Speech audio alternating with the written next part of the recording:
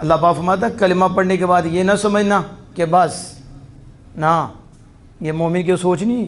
کہ کلمہ پڑھا تو بس، کہا بس نہیں، اب تو پتہ چلے گا کلمہ پڑھا ہے، اب تو جانیں بھی دینی پڑیں گی،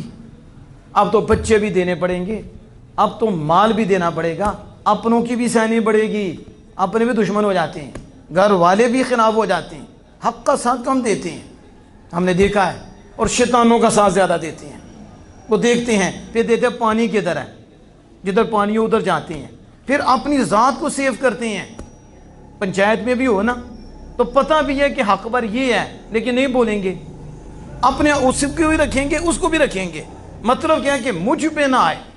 میں سیف رہوں، میں بچا رہوں۔ تو یہ کوئی آسان نہیں۔ اللہ پاک فرماتا ہے کہ یہ گمان کر لیا کہ بس کلمہ پڑھا اور چھوڑ دیے جاؤ گے، نہ، وَهُمْ لَا يُفْتَنُونَ، فرمایا آزمائے جاؤ گے،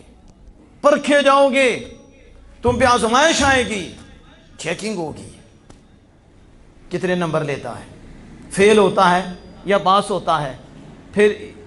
گائے بگائے اس کو چیک کیا جائے گا، کبھی پھر مال کے بعد سے چیک کیا جائے گا، کبھی بدن کی اعتبار سے چیک کیا جائے گا، پھر یہ کبھی وہ دوسرے مال دیں گے، وہ شہرت کا لالچ دیں گے، ایمان لوٹنے کے لیے چیک کیا جائے گا۔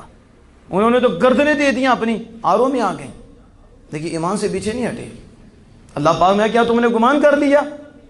اللہ پاک قرآن پاک میں بتا ان تدخلوا الجنہ،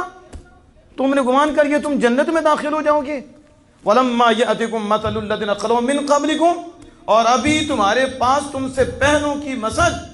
وہ آئی نہیں، جو تم سے پہلے لوگوں نے تکلیفیں جی لیں، ایمان لانے کے بعد جو ان پہ مصائب آئے، جو آرے میں چیر دیے گئے،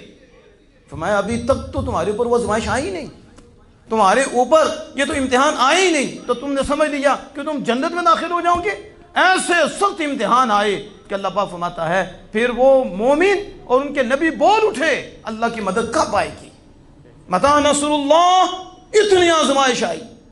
تو فرمایا، انہوں نے کہا کب اللہ کی مدد آئے گی؟ الا ان نصر اللہ قریب، سنتا ہے اللہ کی مدد قریب ہے۔